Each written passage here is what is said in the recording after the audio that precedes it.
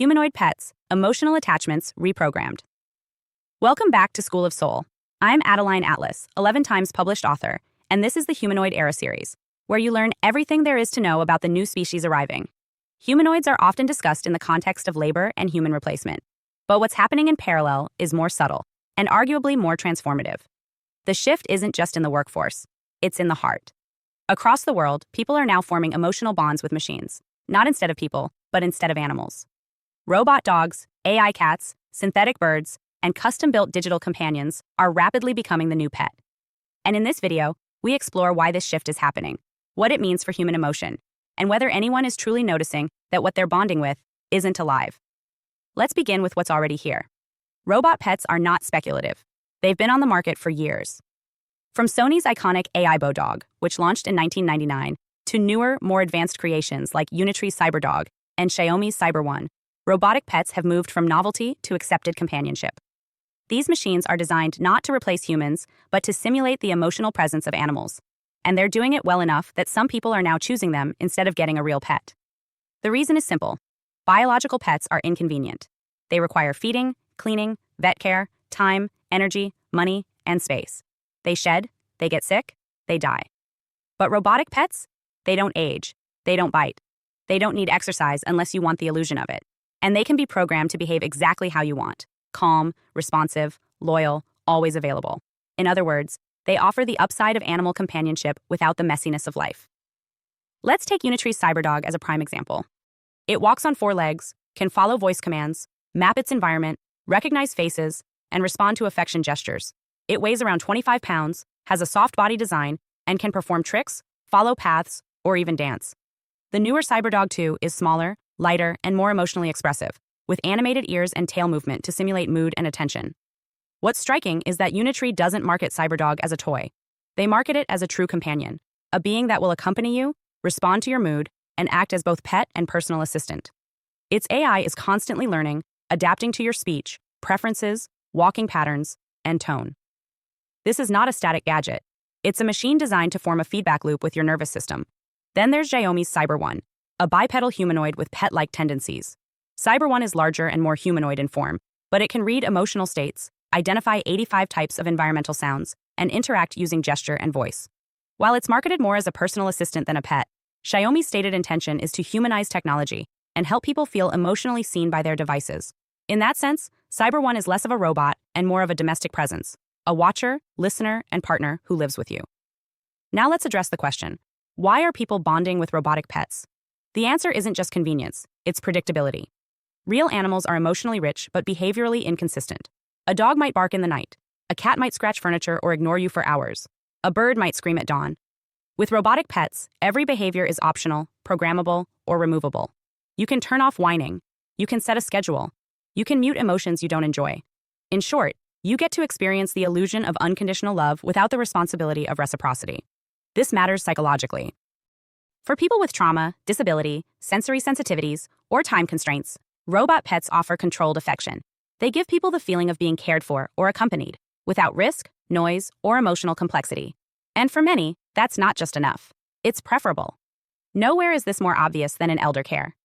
In Japan, where the aging population is outpacing caregivers, robotic pets like Pero, a plush baby seal that coos, moves, and responds to petting, are now used in nursing homes and memory care facilities.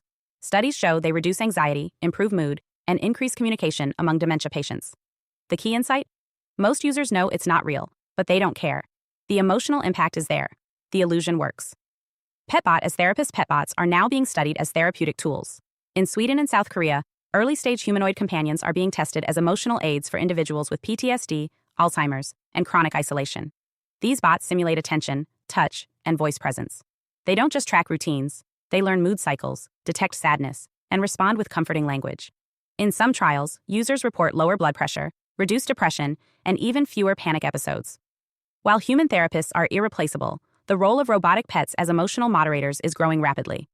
The real ethical tension is not in whether robotic pets are effective, but whether they're reprogramming what we believe love is.